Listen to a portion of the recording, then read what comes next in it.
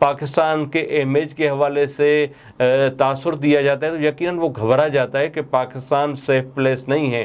اور براہ راست جو افغانستان کے اثرات ہیں اور جو خواتین اور بچوں کے ساتھ وہاں پر کیا جا رہا ہے تو اس کے تانے بانے پاکستان سے ملتے ہیں اور اس کے اثرات پاکستان پہ پڑیں گے. تو اس سے ہمیں یقیناً ہمارا ٹورزم اور کرکٹ متاثر ہوگی. یہاں پر وقت ہوا ایک بریک کا, ملتے ہیں ایک بریک کے بعد.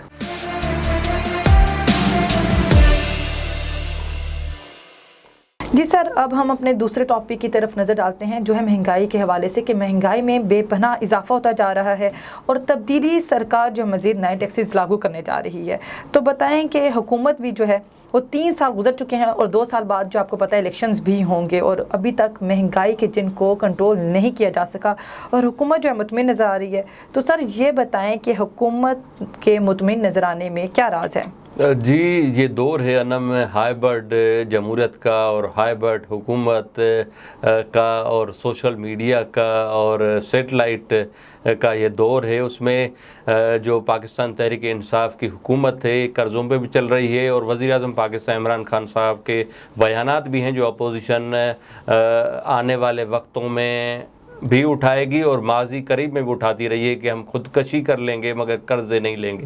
اب وہی حکومت ہے کہ وزیر خزانہ تبدیل ہوتے جا رہے ہیں. حفیظ شیخ صاحب چلے گئے, وہ بھی پاکستان پیپلز پارٹی کے دور میں وزیر خزانہ تھے. اب شوکت ترین صاحب وہ بھی پاکستان پیپلز پارٹی کے دور میں وزیر خزانہ تھے. اور یہ بھی کہا جا رہا ہے کہ شوکت ترین صاحب کا بھی وقت قریب ہے اور IMF سے مذاکرات کیے جا رہے ہیں کہ ہمیں مزید قرضہ چاہیے. اور جو معاشی صورتحال ہے پاکستان کی وہ یہ کہا جا رہا ہے کہ وہ ICU میں ہے, مگر حکومت جو ہے اور حکومتی جو مشیر اور وزیر ہیں وہ کہہ رہے ہیں کہ پاکستان کی جو معاشی صورتحال ہے وہ بہتر ہو رہی ہے. لوگ موٹر سائیکلیں لے رہے ہیں, لوگ جو ہیں نئے موبائل لے رہے ہیں, مگر کہنے والے لوگ جو کہتے ہیں کہ اگر اس طرح وہ ICU سے نکل کے جنرل وارڈ میں آئی ہے تو اس کے باوجود لوگ مہنگائی اور بے روزگاری کے تلے دبتے جا رہے ہیں. آپ دیکھیں کہ آئے روز مہنگائی ہے اور نئے ٹیکسز کی اجرا یہ کی جا رہی ہے, آرڈیننس لیے جا رہے ہیں کہ جو نان فائلر ہیں لوگ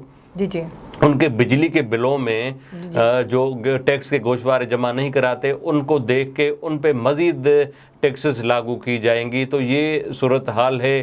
ڈالر کی قیمت دیکھیں کہ آسمان پہ پہنچی جا چکی ہے اور جو روپے کی قیمت ہے وہ زمین سے آگے لگی ہے.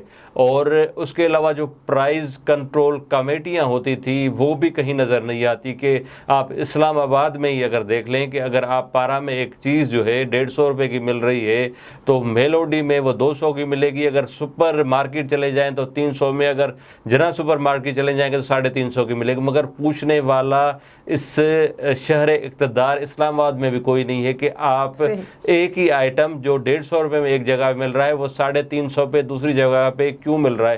تو یہ پرائز کنٹرول سسٹم نہیں ہمارے پاس. مسائل ان گنت ہیں اور حکومت جو ہے ان کی پالیسیز شاید یہی ہے جس طرح پاکستان تحریک انصاف الیکشن جیت کے آئی تھی. وزیر اعظم پاکستان عمران خان صاحب نے کہا تھا کہ ہم سوشل میڈیا کا سہارا لے کے اور نئی ٹیکنالوجی کا استعمال کر کے الیکشن جیت آئے ہیں. ابھی بھی شاید ان کو یہی لگ رہا ہے کہ ہم عوام جو غریب عوام جن کی بات کرتے ہیں پاکستان تحریک انصاف تبدیلی سرکار اور مدینہ ریاست کی بات کی جا رہی, تو آپ دیکھیں کہ عام آدمی کی اجرت اگر 15,000 ہو 10,000 ہو وہ کس طرح گزارا کرتا ہوگا, اس کے بچے کیا کھاتے ہوں گے, کیا پہنتے ہوں گے. اور اگر وہ مڈل کلاس کو دیکھ لیں تو ان کا جینا جو ہے وہ بھی مشکل ہو گیا, دوبر ہو گیا ہے کہ بھائی ہم کس طرح گزارا کریں گے. اور اس پہ مزید ٹیکسز کا لاگو ہونا یہ ہے کہ عوام کو مزید تنگ کرنے کے مترادف ہوگا. اور یقیناً اس طرح کے اگر صورتحال رہی اور پاکستان تحریک انصاف نے ان مہنگائی اور بے روزگاری پہ کنٹرول نہیں کیا تو لوگ جو PDM کو ہم مرا ہوا سمجھ رہے ہیں کہ PDM جو تھی اس سے پاکستان پیپلز پارٹی نکل گئی, عوامی نیشنل پارٹی نکل گئی, تو پھر وہ متحرک آئیں گے اور عوام سڑکوں پہ نظر آئے گا پاکستان تحریک انصاف کے خلاف. مگر وہی چیز ہے کہ وہ ہائیبرڈ سسٹم کو سمجھ رہے ہیں کہ ہم ہائیبرڈ طریقے سے پہلے بھی آئے تھے اور اب بھی ہائیبرڈ طریقے سے آنے والے انتخابات میں ہم جیت جائیں گے. تو یہ صورتحال ہے. جی سر، کیا آپ کو لگتا ہے کہ جیسے آپ کو بتائیے کہ مدینہ کی ریاست کے بہت بڑے حامی ہیں، تو مدینہ کی ریاست بھی ایسی تھی، اس میں بھی ایسے ہی چل رہا تھا کہ غریبوں کا کوئی خیال نہیں رکھا جا رہا تھا، اور مہنگائی تھی یا اس وقت کے لحاظ سے لوگوں کا خیال نہیں تھا، غریبوں کا خیال نہیں تھا، مسکینوں کا خیال نہیں تھا، غربت تھی اور یتیموں کا خیال نہیں تھا جس طرح کہ اب ہے. آپ کے سامنے پیٹرول کی قیمت پھر بڑھ گئی ہے، ڈیزل کی قیمت پھر بڑھ گئی ہے. اس کی وجہ سے جو ہے آپ کو پتہ ہے آٹا مہنگا ہو جائے گا، چینی مہنگی ہو جائے گی، گھی مہنگی ہو جائے گی، جو بنیادی ضروریات ہیں جس سے کوئی بھی انکار نہیں کر سکتا، اور غریب غریب تر ہوتا جائے گا. اور آپ کو پتہ ہے 10-15 ہزار روپے میں تو کچھ بھی نہیں آتا. تو بتائیں سر، یہ مدینہ کی ریاست لگتی ہے آپ کو؟ جی، یہ نام استعمال کیا گیا، آپ دیکھیں کہ صرف اپنے مفاد کے لیے. جی بالکل اپنے مفاد کے لیے. آپ دیکھیں کہ یہ پہلی دفعہ نہیں ہو رہا. جنرل ضیاء الحق جو تھا پاکستان میں حکومت کی، اس نے اسلام کا نام استعمال کیا. جہاد بھی یہاں پر ہم نے اس کو بھی بیچا. اس کے بعد اس طرح کی صورتحال نظر آئی اور مختلف سیاسی پارٹیاں اقتدار میں آئے، بڑے بڑے بلند بانگ دعوے کیے. کسی نے مذہب کو بیچا، کسی نے غریبوں کو بیچا، کسی نے برابری کو بیچا، کسی نے سوشلزم کو بیچا. تو اس طرح کا یہ کاروبار ملکی سیاست میں چلتا نظر آ رہا ہے اور آتا رہے گا. مگر جو پاکستان تحریک انصاف ہے، اگر یہ اس کی صورتحال رہی اور وہ مہنگائی کو قابو پانے اور بے روزگاری پر قابو پانے میں ناکام رہیں گے، تو یقیناً یہاں پر سب سے بڑا مسئلہ پیدا ہوگا. اور ہم افغانستان کی فکر مند ہونے کے بغیر ہمیں ملک کی اپنے ملک کی فکر مند ہونے کی ضرورت ہے کہ یہاں پر کیا مواقع ہیں. اگر ابھی بھی یہ پاکستان پہ دباؤ ڈالا جا رہا ہے بین الاقوامی اداروں کی طرف سے کہ افغان پناہ گیروں کو پاکستان رہنے کی اجازت دے، پہلے 40 لاکھ آئے، ابھی تک وہ بوجھ بنے ہوئے ہیں، اور مزید اگر آئیں گے تو ہماری اکانومی پہلے ہی ان کا وزن برداشت نہیں کر سکتی. ہم اپنی عوام کا نہیں برداشت کر پا رہے سر، تو اس سے ان کو نوکریاں نہیں مل پا رہی. کتنے پڑھے پڑھے لکھے لوگ بیٹھے ہیں گھروں میں، آپ کو پتہ ہے مرغیاں بیچ رہے ہیں اور کوئی ریڑیاں لگا رہے ہیں. بہت مشکل ہو گیا گزارا. چلو وہ بھی ہے، مگر انجینئرنگ کر کے لوگ بیٹھے ہوئے گھروں میں. بالکل صحیح کہہ رہی ہیں، مگر ان کے لیے بھی مواقع ہیں نا، روزگار، چھوٹے چھوٹے روزگار کے لیے بھی مواقع ہونے چاہیے. بالکل ایسے آپ دیکھیں کہ لوگوں کی جو قوت خرید ہے وہی ختم ہو چکی ہے. آپ اگر ریڑھی بھی لگا رہے ہیں، وہ خریدنے والا کوئی نہیں ہے. کہ وہ اگر پیسے ہی نہیں ہوں گے، آپ بچوں کا پیٹ پال نہیں سکتے، تو یقیناً یہاں لا اینڈ آرڈر کی سچویشن خراب ہی ہوگی. یا آپ دیکھیں کہ آپ صرف اسلام آباد کی مثال لیں کہ یہاں پر امن و امان کی کیا صورتحال ہے، چوری ڈکیتیوں کی کیا صورتحال. تو یقیناً یہ چیزیں ہمیں نظر بھی آ رہی ہیں اور کرائم بڑھے گا. تو ہمیں اپنے ملک کی اندرونی جو صورتحال ہے اس پہ فوکس کرنا چاہیے. معیشت کو اٹھانے کی ضرورت، اس کے ساتھ سیاسی استحکام ہوگا تو معاشی استحکام آئے گا. بالکل سر، آپ نے دیکھا ہے جیسے عمران خان نے جو بھی ہمارے یہ جو ایک معاہدہ چاہ رہا تھا، ایک جو میٹنگ چاہ رہی تھی کل کے دن میں، عمران خان نے ایک جو اینکر تھے انہوں نے ایک شعر پڑھا، ان کے مخالف جا رہا تھا، تو عمران خان نے جو ان کو وہیں پہ روک دیا کہ شعر و شاعری بعد میں ہوگی. تو یہ تو حالات ہیں، کیونکہ انہیں ملک سے کوئی سروکار نہیں ہے اور ان کو یہ بھی نہیں ہے کہ میرے خلاف کوئی اٹھ سکے نا، بات کر سکے. جیسے کہ پہلے وہ چاہتے تھے کہ مجھے حق ہے کہ میں موجودہ حکومت کے خلاف عوام آئے، ہم آئیں اور دھرنے دیں، لیکن اب جو ہے وہ کسی کو اجازت نہیں دیتے کہ ان کے خلاف کوئی اٹھ کے آواز اٹھائے جو غریبوں کے حق میں یا ان کی حکومت کے بارے میں کوئی بات کر سکے. تو ایسا بھی ہو رہا ہے. اور جیسے کہ سر وہ کہہ رہے ہیں کہ ہم IMF سے قرضے نہیں لیں گے. جب انہوں نے کہا تھا کہ جب ان کی حکومت آ رہی تھی، ان کے دعوے تھے کہ ہم لوگ قرضے نہیں لیں گے، ہم جو ہمارے پاس وسائل ہوں گے ان کو ہی بروئے کار لے کے آئیں گے. لیکن آپ کو پتہ ہے قرضے لیے بھی گئے ہیں اس حکومت میں اور مزید قرضے بھی لے جا رہے ہیں، جس کی وجہ سے معیشت کا جو ہمارا ٹھپا گول ہو گیا، وہ بیٹھ گئی ہے بالکل. تو اب اس کے جو کیا اثرات پڑیں گے اور عوام کے کیا صورتحال ہوگی، بتائیں اس حوالے سے. جی انم، ہم صحیح سمت میں نہیں جا رہے. جی سر، آپ دیکھیں کہ اپوزیشن کو آپ نے کس طرح لگا، اور ابھی بھی جو ہے جو مین ایشوز ہیں، جو عوامی ایشوز ہیں، مہنگائی، بے روزگاری، اس پہ ہمارا فوکس نہیں ہے. عوام اگر حکومت کا فوکس نہیں تو اپوزیشن کو بھی. اب اپوزیشن کو جیسے چیئرمین نیب کے ایکسٹینشن پہ لگا دیا ہے، ان کی ساری انرجی، سارے بیان بازی، سیاست وہ چیئرمین نیب کے ایکسٹینشن پہ اپوزیشن لگا دے گی اور حکومت کوئی اور چیزیں کرنے لگ جائے گی. تو یہ صورتحال ہے کہ حکومت جو ہے وہ سنجیدہ نہیں ہے کہ عوامی مسائل پہ قابو پایا جا سکے اور ان کا کوئی ادراک کیا جائے. عمران خان صاحب کے پاس وہ ٹیم نہیں ہے. آپ دیکھیں کہ آپ ان کو سن نہیں سکتے، جو مشیر ہیں، وزیر ہیں، کس طرح کے گفتگو کرتے ہیں، اور جو عام آدمی ہے اس کو ریلیٹ ریلیف چاہیے, اس کو چیزیں سستی چاہیے, ان کو سستا انصاف چاہیے, اس کو سستا گھر چاہیے, رہنے کی ضرورت جو ہے وہ بنیادی ضروریات چاہیے, اس کے بچوں کے لیے تعلیم چاہیے, پرامن خوشحال ترقی پسند پاکستان چاہیے. مگر وہ صرف سونے یا سہانا خواب دیکھنے سے نہیں آئے گا, اس کے لیے کام کرنا پڑے گا. مگر ہمارا تعین جو ہے, ہمارا جو فوکس ہے اس وقت ملک سے زیادہ افغان طالبان ہے کہ ہم ان کے لیے راہ ہموار کر رہے ہیں کہ ان کو جینے کا حق دیا جائے, ان کو قرضہ دیا جائے. سر وہ نام بنانے کے لیے کہ عمران خان کی واہ واہ ہو کہ عمران خان نے ہمارے ساتھ, ان کی حکومت نے ہماری مدد کی ہے نا, اور اپنی عوام کا کوئی ان کو خیال نہیں ہے.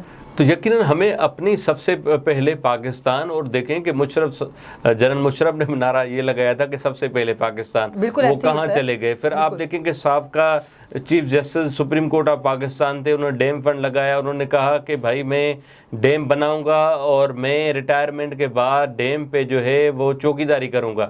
مگر دیکھیں کہاں چلے گئے وہ وعدے, کہاں چلے گئے. تو یہ سسٹم ہے ملک کے ساتھ, ملک میں ہر چیز ہے, عوام حکومت کی طرف دیکھ رہی. ابھی بھی کہا جا رہا ہے کہ 3 سال گزر گئے, 2 سال ہیں, عوام کو ریلیف دیا جائے. سنجیدگی کے ساتھ سیاست برائے سیاست کا خاتمہ ہو کے ملک کی ترقی اور عوام کی خوشحالی کے لیے کام کیا جائے. یقیناً اگر نہیں کریں گے تو یہ بھی وقت آئے گا کہ عوام ریجیکٹ کرے گی, کسی اور کو لے آئے گی. اور یقیناً جو حالات ہیں, بین الاقوامی صورتحال ہے اور کرونا کی صورتحال ہے اور معیشت کی جو خستہ صورتحال ہے, اس میں اگر عوام پہ ہم مزید بوجھ ڈالیں گے اور طرز حکمرانی کو ہم ٹھیک نہیں کریں گے تو یہ پاکستان کے لیے بڑی مشکل صورتحال بنے گی, اور عوام کے لیے بھی مزید مشکل کا سامنا کرنا پڑے گا کہ وہ کس طرح اس ملک میں رہ پائیں گے. اور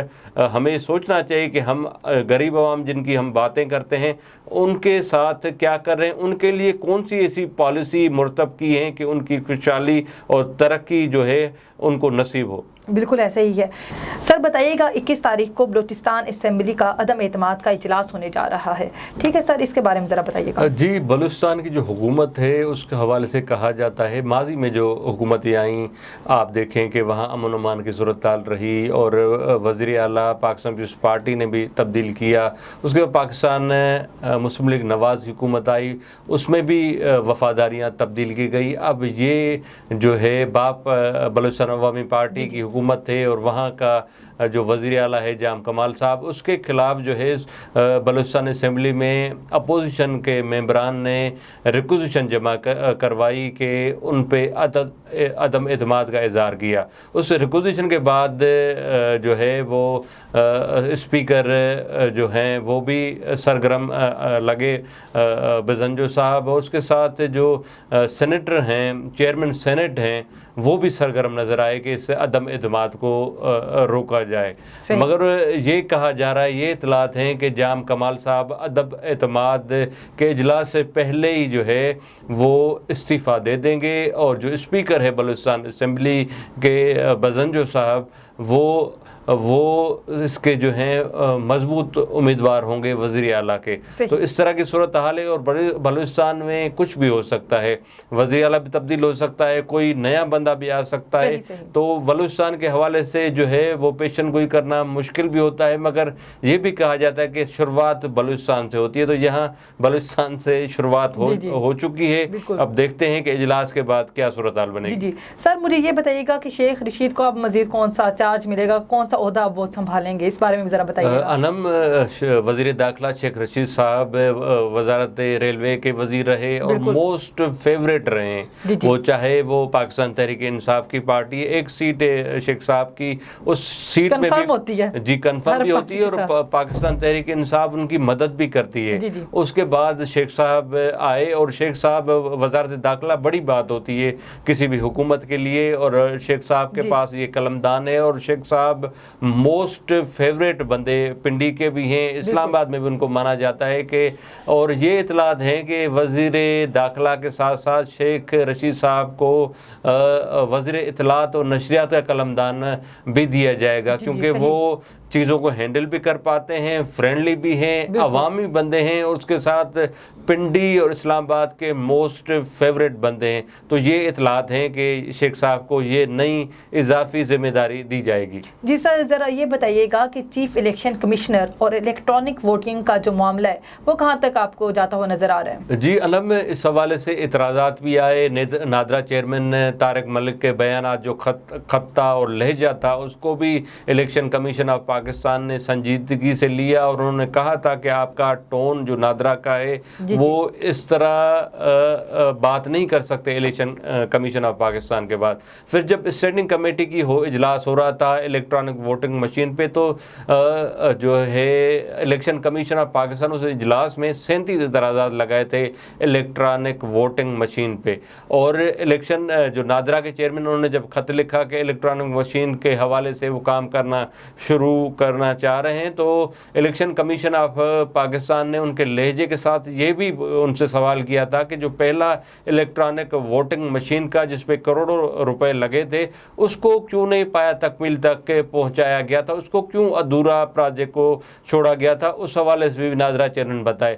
تو اب یہ اطلاعات ہیں کہ الیکشن کمیشن آف پاکستان جو ہے وہ اس معاملے پہ اپنے اعتراضات کو ریویو کرنا چاہ رہے ہیں، اور وہ جو ہے حکومت کے ساتھ لڑائی میں نہیں جانا چاہ رہے. تو یہ اطلاعات ہیں کہ وہ ریویو کریں گے، اس حوالے سے کمیٹی بنے گی، اس کے بعد صورتحال بنے گی کہ الیکٹرانک ووٹنگ مشین کا معاملہ کہاں جاتا ہے. اور یہ بھی سیاست میں دیکھا جائے کہ جب بھی آپ پریشر اداروں پہ یا کسی شخص پہ کرتے ہیں تو الزامات نظر لگائے جاتے ہیں، اور حکومت کی طرف سے چیف الیکشن کمشنر پہ الزامات لگائے گئے اور ان کے استعفیٰ کا مطالبہ بھی کیا گیا کہ وہ ایک پارٹی بن گئے ہیں. جی اور وزراء نے اس حوالے الیکشن کمیشن کے حوالے سے پاکستان تحریک انصاف کے جو سواتی صاحب ہیں، وزیر ہیں ریلوے، انہوں نے بھی عجیب قسم کی باتیں کی. اس پہ بھی اپوزیشن و عوام کی طرف سے شدید غم و غصے کا اظہار کیا گیا کہ الیکشن کمیشن کے حوالے سے اس طرح کی زبان استعمال نہیں کی جائے. تو اب یہ لگ رہا ہے کہ یہ معاملہ ٹھنڈا پڑے گا. الیکشن کمیشن آف پاکستان بھی سمجھداری سے کام لے گی، ان چیزوں کو وہ ریویو کرے گی، اور منطق کے ساتھ جو بھی فیصلہ ہوگا اور منطق کے ساتھ کیا جائے گا. صحیح سر. ہم اس مثبت رائے کے ساتھ پروگرام کو اختتام پذیر کریں گے کہ حکومت کرکٹ سے لے کر ٹورزم کے لیے بہتر اقدامات کرے گی، ساتھ ہی ساتھ مہنگائی اور بے روزگاری کو کنٹرول کرنے کے لیے بھی عملی اقدامات کرے گی. اس کے ساتھ ہی اجازت دیجیے اپنی میزبان انم نقوی کو اور مسلم ایرانی کو. اللہ حافظ.